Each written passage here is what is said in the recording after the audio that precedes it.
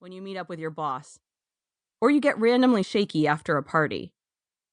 If you frantically check your phone but can't figure out what you're looking for, or wake up in the morning more stressed than when you went to bed. If you felt for some time that your head was revving way past the point of reason or necessity, then you're onto something. Keep listening. It's possible, maybe even likely, that you've felt separated from the people around you for a while now. You've known something was different about you, but you couldn't say exactly what. I've spent much of my life in that murky confusion too. I'm here to say, welcome. Let's get out of our heads together. The good news is, if you manage to find this book, you probably already have a hunch that you're an overthinker. Like me, you might believe that your active mind helps you stay on top of things and motivates you to achieve more. But, also like me, you might be starting to discover a connection between overthinking and the physical manifestations of anxiety, like back pain or headaches. Maybe you just wonder if there's more going on in your head than is altogether productive, and you wish it were a bit quieter in there. That's how I felt in 2015 when I first started experimenting with describing myself as an overthinker on social media. I always said it with a little bit of pride and a little confusion. Was overthinking a good thing? A bad thing? Could it be both? In October of that year, I created an online community called Beautiful Voyager to try to figure it out. 5 years later, I've learned a lot from that community of overthinkers, people pleasers, and perfectionists. I know that many of us feel alone or different from others without knowing exactly why. I've learned that connecting with other people who are also always looking for answers can be cathartic.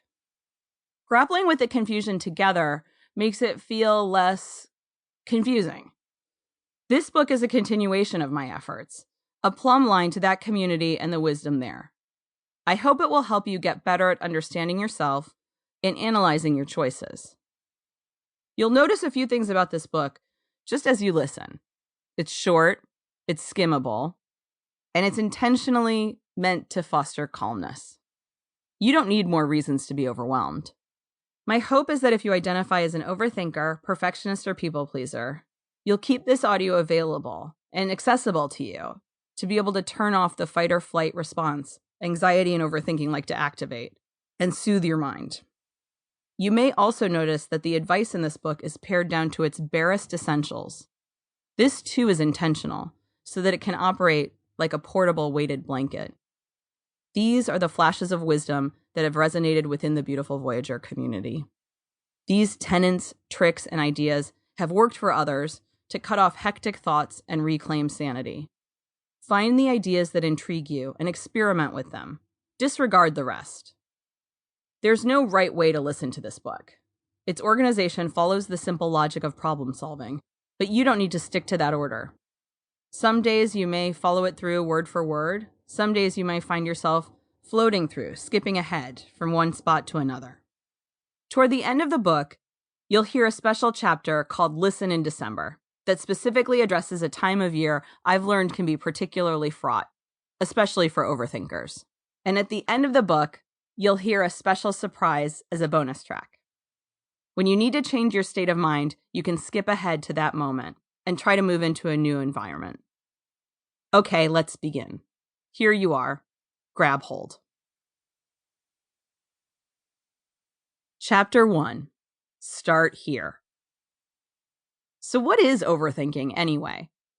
And how can you know when it's too much? The simple answer is when it starts to hurt. Unlike the thinking itself, the pain you might be experiencing, your physical symptoms, is objective and observable. You can't tune it out. The point of Get Out of My Head is to catch yourself overthinking before the pain caused by your thoughts kicks in. And for that, you have to tune into the wave. The wave is the physical side of overthinking. Have you ever heard that hormones flood your system when you're confronted with real-life challenges? It's true. During a big fight with your boss, spouse, parent, friend, hormones like adrenaline, cortisol, and norepinephrine hit your body in a surge, then roll back, just like a wave hitting the beach. These hormones can arrive in one big crest, or as many wavelets, bringing with them physical symptoms like sweating, a racing pulse, or nausea.